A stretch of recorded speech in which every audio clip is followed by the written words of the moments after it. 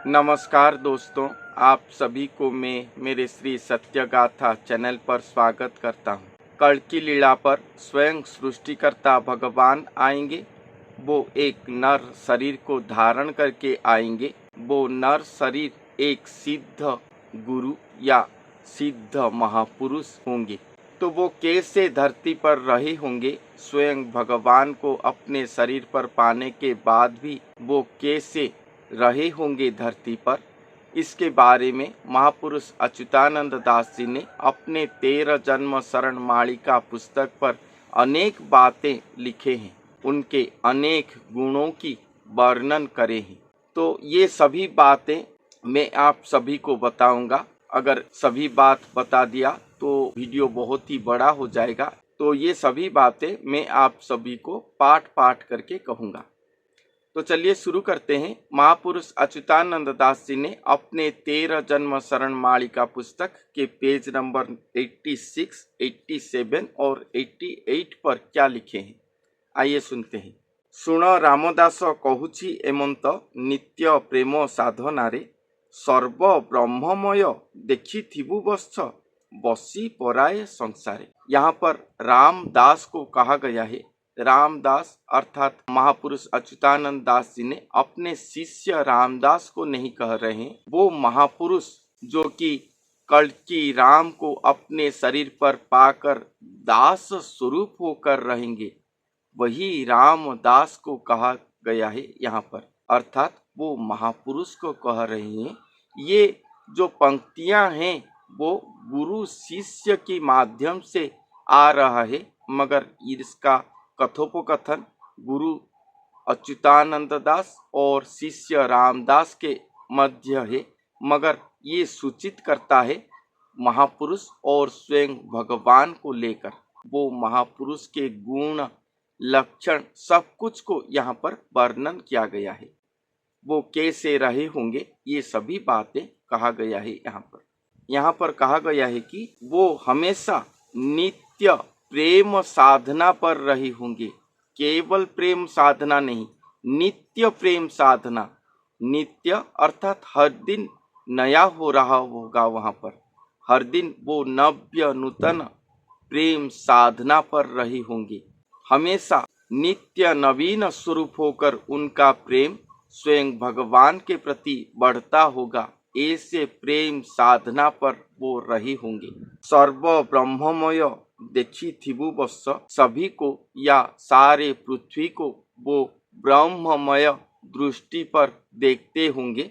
बसी पराए संसारे, मगर वो संसार के अंदर रहे होंगे। वो संसार को छोड़कर कहीं वनगामी नहीं होंगे, सन्यासी नहीं हो जाएंगे, ना ही जोगी वैरागी होकर संसार को छोड़कर चले जाएंगे।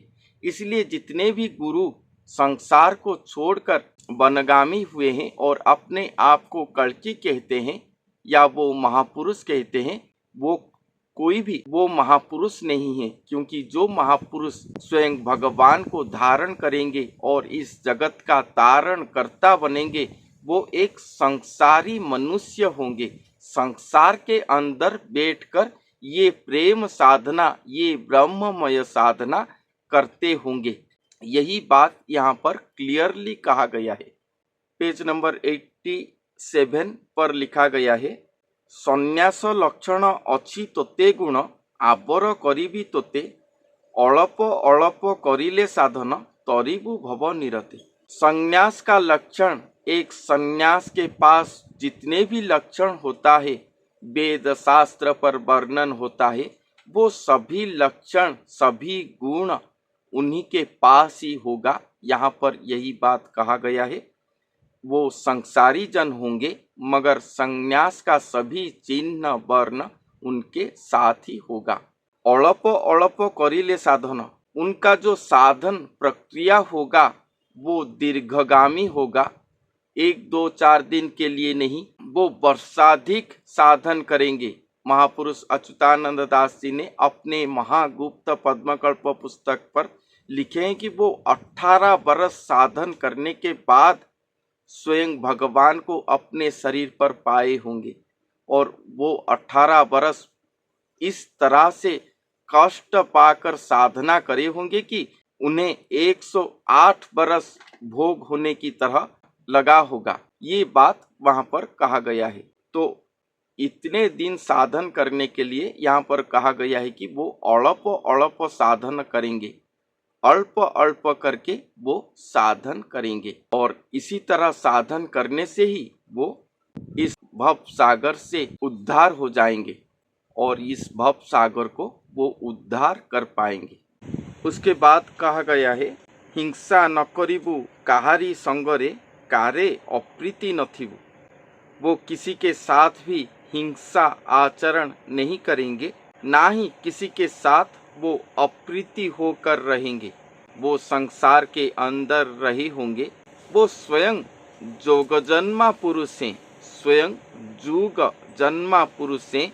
इस युग को परिवर्तन करने के लिए, कलयुग की अंत लाकर पुनः सत्य युग को स्थापन करने के लिए वो आए हैं। वो स्वयं जोगजन्मा पुरुष हैं, इसलिए वो क्यों किसी के साथ हिंसा आचरण करेंगे। उनके पास हिंसा का शब्द ही नहीं होगा। और यहाँ पर भी वही बात कहा गया है कि किसी के साथ भी वो हिंसा नहीं करेंगे, ना ही वो किसी के साथ अप्रीति होकर रहेंगे। वन्य जीव प्राय दिन काटुथिबु व्याधे भय न करिबु। वो एक वन्य जीव की तरह काल अतिवाहित कर रहे होंगे। वन्य जीव अर्थात जैसे एक वन्य प्राणी अपने ही जंगल के अंदर रहता है, वो अपने जंगल से बाहर कभी भी नहीं आता, उसी तरह वो अपने आध्यात्मिक परिवेश के अंदर हमेशा रहते होंगे। वो जो संसार के अंदर रहे होंगे, वो संसारी जन के अंदर ही रहे होंगे और संस्कार पथ पर या आध्यात्मिक पथ पर हमेशा अपने ही सराउंडिंग के अंदर, अपने ही आध्यात्मिक परिवेश के अंदर स्वयं श्री सृष्टिकर्ता भगवान के पथ पर ही रहे होंगे।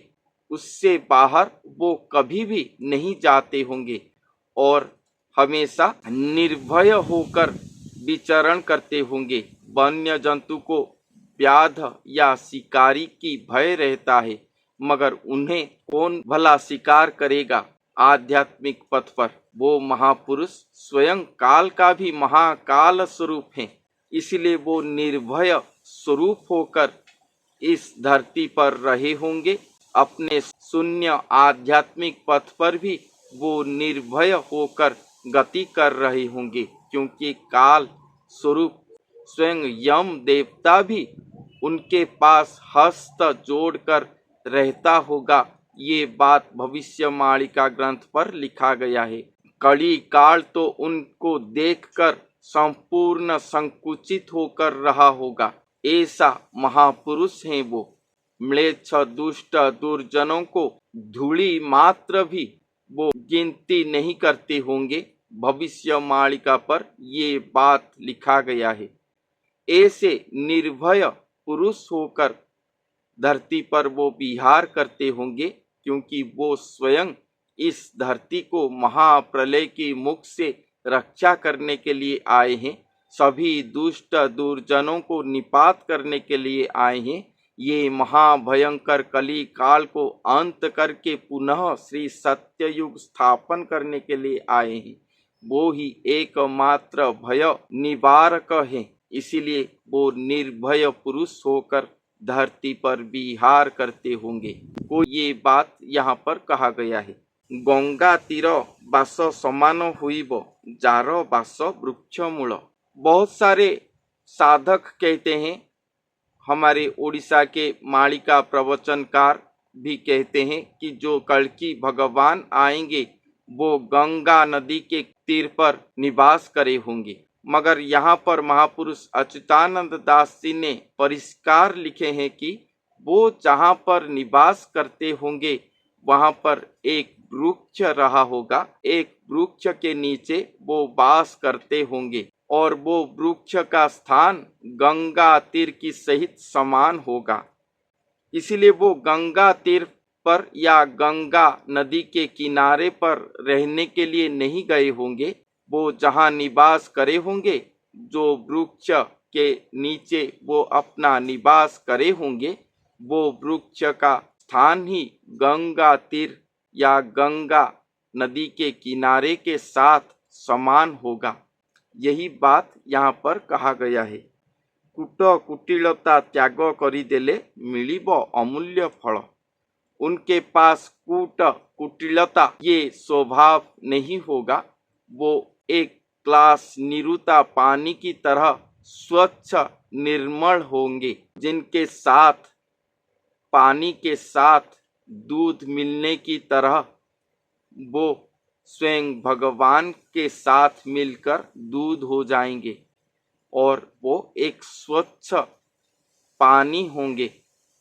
उनके पास कोई कुट कुटिलता, छंद, हिंसा ये जितने भी गुण हैं, मंद गुण हैं, कली का लक्षण है, वो कुछ भी उनके पास नहीं होगा।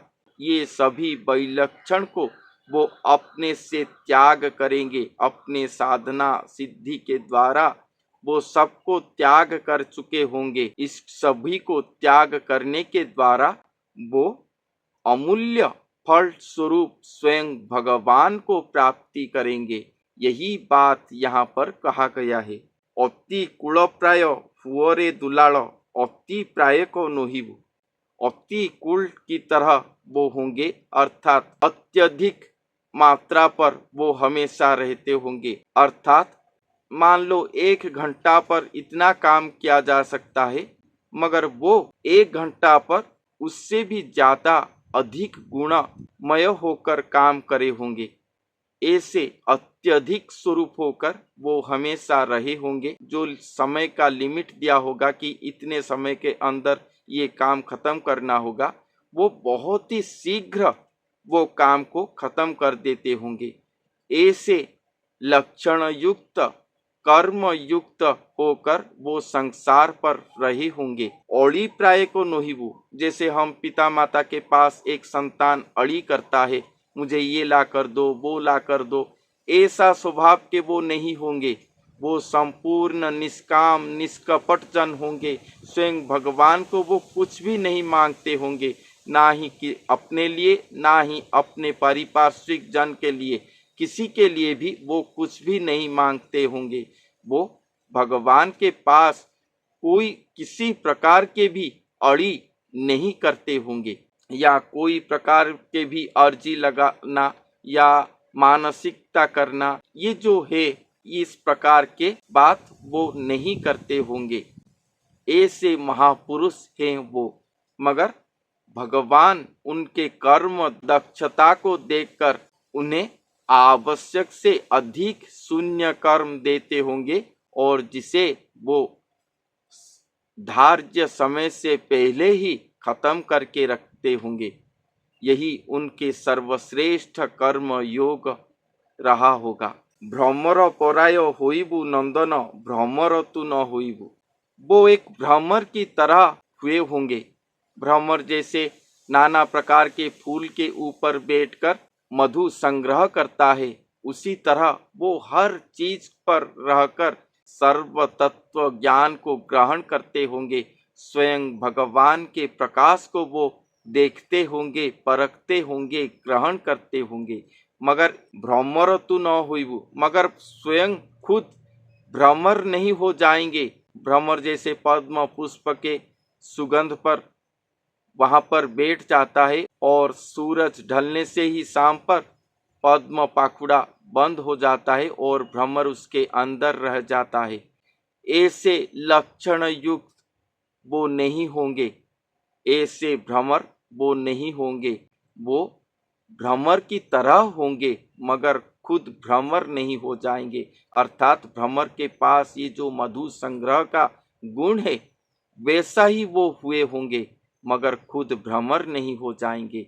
ये बात यहाँ पर महापुरुष वर्णन करे हैं। पक्षींक पराये बास करुथिबु, आसक्ति नथिब बसा। पक्षींक पराय न होइबु तुही, हेले लभिबु दुर्दशा। पक्षींक पराय बास करिथिबु, वो एक पक्षी की तरह वास करते होंगे अपने संसार के अंदर अपने घर पर आसक्ति नथियो बसा। जैसे पक्षियों की आसक्ति अपने घर पर नहीं रहता, मगर जहाँ पर भी वो घर करते हैं वहाँ से वो अपने खाद्य संग्रह करने के लिए जाते हैं, और खाद्य संग्रह करने के बाद शाम होने से पहले ही वो अपने घर को चले आते हैं। उसी तरह वो महापुरुष पक्षी स्वभाव की होंगे, अर्थात वो जहाँ भी जाएंगे शाम होने से पहले फिर अपने घर को ही लौट आते होंगे।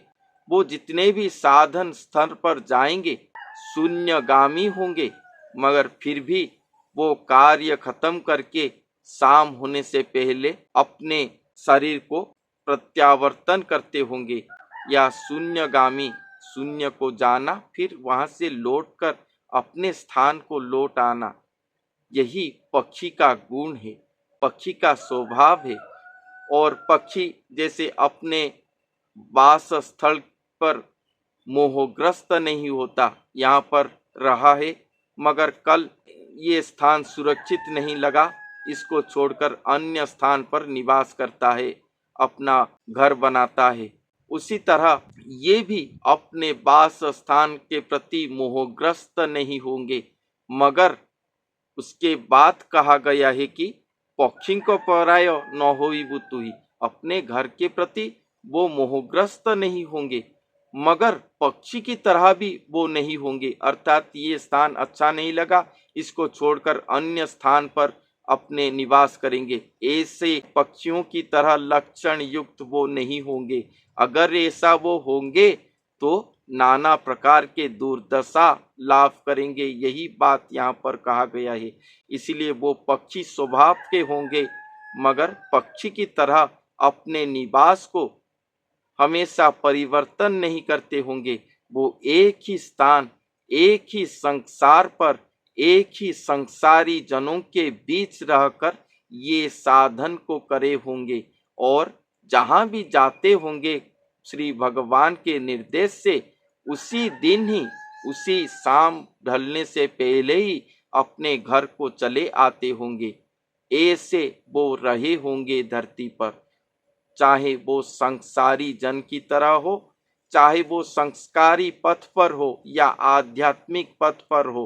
साधु सन्यासियों को पूछेंगे तो वो शून्यगामी होते हैं, और फिर शाम होने के बाद या उनके काम खत्म होने के बाद वो फिर से अपने स्थल को प्रत्यावर्तन करते हैं और दूसरे दिन फिर जाते हैं। ऐसे साधन प्रक्रिया किया जाता है, और इसी तरह भी वो गति करे होंगे। ये बात यहाँ पर वर्णन किया गया है। सर्पंक पराय बंचिबु नंदन, कारे परी नदंसिबु। सांप की तरह वो रहे होंगे, सांप के स्वभाव की तरह वो होंगे। सांप, नाग, सर्प अगर अपने सिर पर मणि को प्राप्ति कर लेता है तो वो कहीं गभीरतम गर्त पर जाकर रहता है और अपने मणि की ध्यान पर ही वो रह जाता है। उसी तरह जब वो स्वयं भगवान को प्राप्ति कर लेंगे, भगवान के साधना पर रहे होंगे, उसी तरह वो अपने आप को गुप्त करके रखे होंगे, उसी तरह वो अपना जीवन अतिबाहित करते होंगे, मगर किसी को भी वो दंशन नहीं करेंगे। ये बात कहा गया है यहाँ पर, वो किसी को भी दंशन नहीं करेंगे। विश्व प्राय तु होइबु नंदन, काकू विषे न नासिबु। एक विष ज्वाला की तरह वो होंगे। अगर कोई उनके ऊपर आक्रमण करेगा, कोई उनको प्रतिरोध करने जाएगा या उनको दंशन करने की कोशिश करेगा या उन्हें भक्षण करने की कोशिश करेगा, तो उनके विष ज्वाला पर ही वो खुद ही नष्ट विनष्ट विनाश हो जाएगा। जैसे विष के संस्पर्श पर आते ही कोई विनाश हो जाते हैं, उसी तरह वो महापुरुष जैसे अमृतमय होंगे, उसी तरह ही उनका विष स्वरूप रहा होगा। अगर कोई उन्हें प्रतिरोध करेगा, कोई उन्हें आक्रमण करेगा, वो विष जहर के द्वारा वो खुद ही नष्ट हो जाएगा। ऐसे स्वरूप भी उनके पास रहा होगा, ये अपने आप ही होगा, उनको कुछ भी करने की आवश्यकता नहीं है। मगर यहाँ पर कहा गया है कि तुम विष की स्वरूप होगे, मगर विष के द्वारा किसी को भी नाश नहीं करोगे। वो किसी को अपने विष ज्वाला पर नाश नहीं करे होंगे, हमेशा परोपकाराय होकर रहे होंगे, परोपकारी होंगे वो महापुरुष। ये बात भी महापुरुष अच्युतानंद दास जी ने लिखे हैं। तो ऐसे अनेक लक्षण, अनेक गुण को यहाँ पर वर्णन किया गया है। ऐसे वो महापुरुष जो स्वयं कल्कि भगवान को अपने शरीर पर धारण करे होंगे, उनके ऐसे अनेक लक्षणों को वर्णन किया गया है। तो आज बहुत ही अधिक समय हो गया है शायद, तो आज मैं इतना बता रहा हूँ। फिर नेक्स्ट एपिसोड पर और क्या लिखा गया है मैं आपको बताऊंगा। तो नेक्स्ट वीडियो आप जरूर ही सुनना, क्योंकि ऐसे लक्षण वर्णन, ऐसे गुण वर्णन कल्कि भगवान के और वो महापुरुष के आप कभी भी नहीं सुने होंगे, जो महापुरुष अच्युतानंद दास जी ने अपने इस 13 जन्म शरण मालिका पुस्तक पर वर्णन करे हैं। तो आज के लिए इतना ही, फिर मिलते हैं अगले वीडियो पर। तब तक के लिए धन्यवाद।